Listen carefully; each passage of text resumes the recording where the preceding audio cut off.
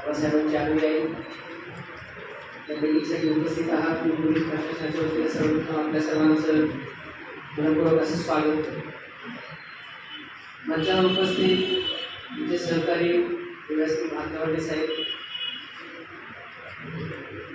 या नगरीच्या नगराध्यक्ष मॅडम, यांचे प्रतिनिधी सचिवजी पुढे साहेब, आपल्या जिल्हा परिषदेचे बांधकाम सभापती बरोबर म्हणून आतापर्यंत सदस्य होते, तुमचं प्रमोशन झालं त्याला माहीत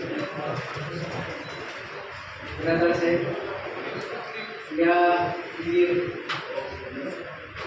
शहरामध्ये जवळपास 35-40 वर्ष सामाजिक क्षेत्रामध्ये आपलं योगदान दिलेली विविधांची कांबळे साहेब,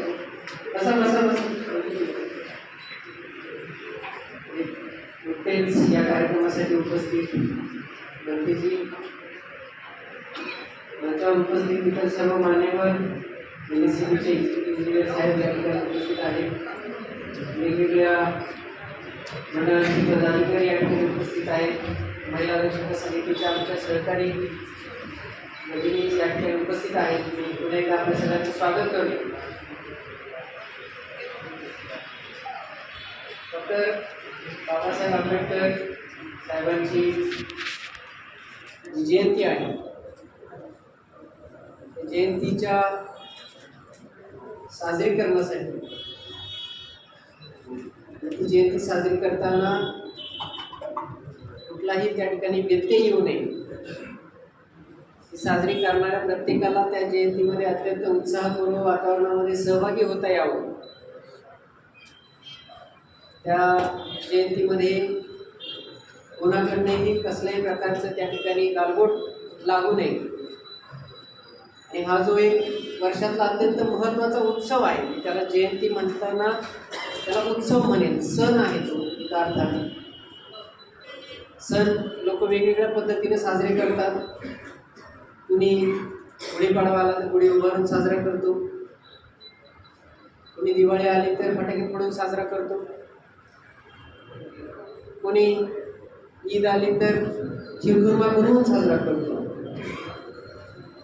आपण 14 एप्रिल मिरवणुकीच्या माध्यमातून तो उत्सव जो आहे तो उत्सव साजरा करत असतो.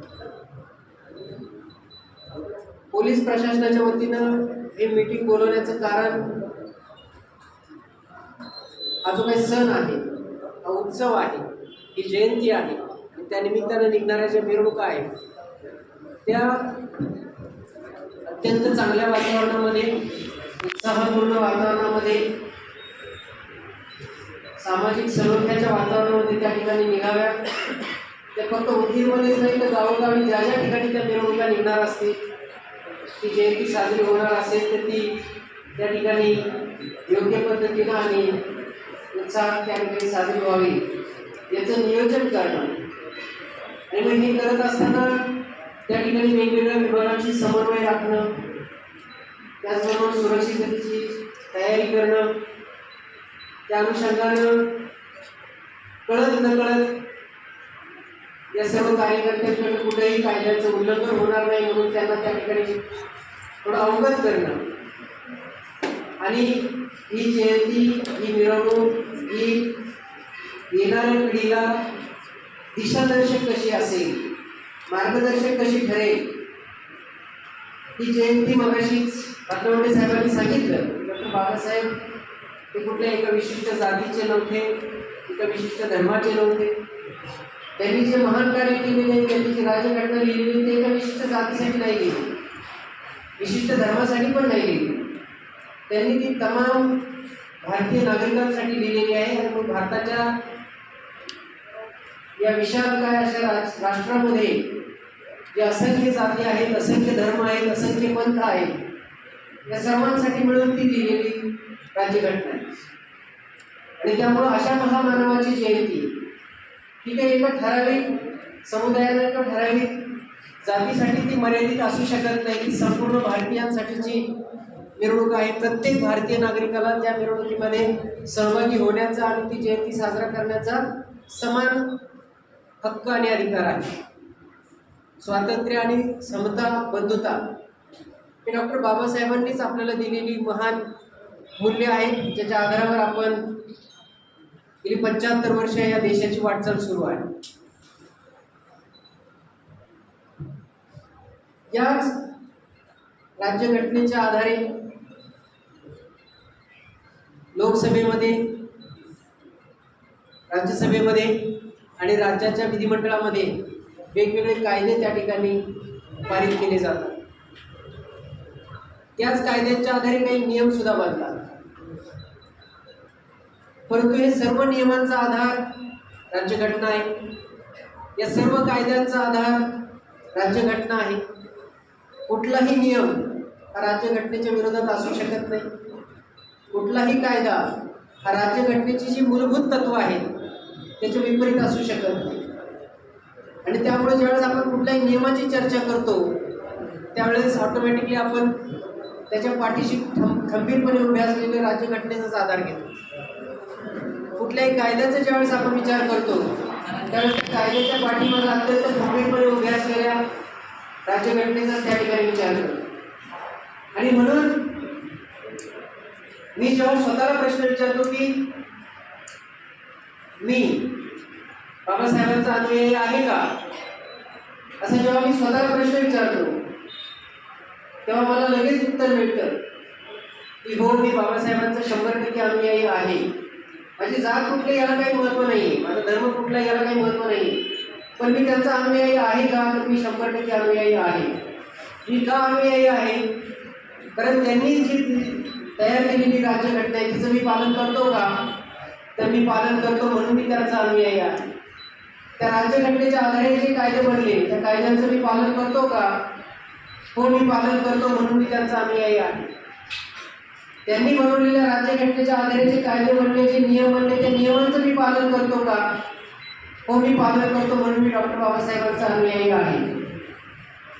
आणि त्यांनी मला सांगितलेलं आहे की तू पोलीस अधिकारी आहेस, तुझं काम आहे त्या राज्यघटनेचं पालन करणं, त्या कायद्याचं पालन करणं, त्या नियमांचं पालन करणं आणि स्वतः पालन करण्याबरोबरच त्याची अंमलबजावणी करणं हेच तुझं कर्तव्य आहे. तू तुझं कर्तव्य कर. त्यामुळं मी तुम्हाला इथं जयंती कशी साजरी करावी, जयंतीत काय करावं, काय करू नये हे मी तुम्हाला काही सांगणार नाही. ते जाणणे पण तुम्ही सज्ञान आहात, हुशार आहात. कायदा तुम्हालाही कळतो, राज्यघटना तुम्हालाही कळते, नियम तुम्हालाही कळतात. आता डॉक्टर बाबासाहेबांनी सांगितलेलं आहे की उठा, सुशिक्षित व्हा, साक्षर व्हा, संघटित व्हा, संघर्ष करा. त्यामुळे आपण सगळे सुशिक्षित आहात, साक्षर आहात, आपल्यालाही कायदा कळतो, आपल्यालाही नियम कळतात. आपल्याला फक्त एकच त्यांनी सांगितलेलं आहे की या राज्यघटनेचं पालन करा, कारण ही आपल्या सगळ्यांना पुढे नेण्यासाठी, विकासासाठी, आपल्या देशाला एकसंघ ठेवण्यासाठी गरजेची आहे. त्या राज्यघटनेच्या आधारे जे कायदे बनतील त्या कायद्यांचं पालन करा, ते आपल्या सर्वांसाठी गरजेचं आहे. त्याच्या आधारे जे नियम बनतील त्या नियमांचं पालन करा, ते आपल्या देशासाठी, आपल्या राज्यासाठी, या मानव धर्मासाठी गरजेचं आहे. आणि ते पालन होतं आहे किंवा नाही हे पाहण्याची जबाबदारी त्यांनी आमच्यावर टाकलेली आहे, म्हणजे पोलीस प्रशासनावर टाकलेली की बाबा कायदे हे बनतील, ते बनण्यासाठी लोकसभा, राज्यसभा, विधिमंडळ सक्षम आहे, त्याची अंमलबजावणी करायची जबाबदारी तुमच्यावर आहे. तुम्ही ती अंमलबजावणी त्या ठिकाणी करा. ती आम्हाला त्यांनी दिलेलं जबाबदारी आहे, आम्हाला दिलेलं ते कर्तव्य आहे आणि ते कर्तव्य आम्हाला अहोरात्र त्या ठिकाणी पार पाडायचं. आता हे कर्तव्य पार पाडत असताना त्यांनी कुठलाही भेदभाव कधीच केलेला नाही आहे.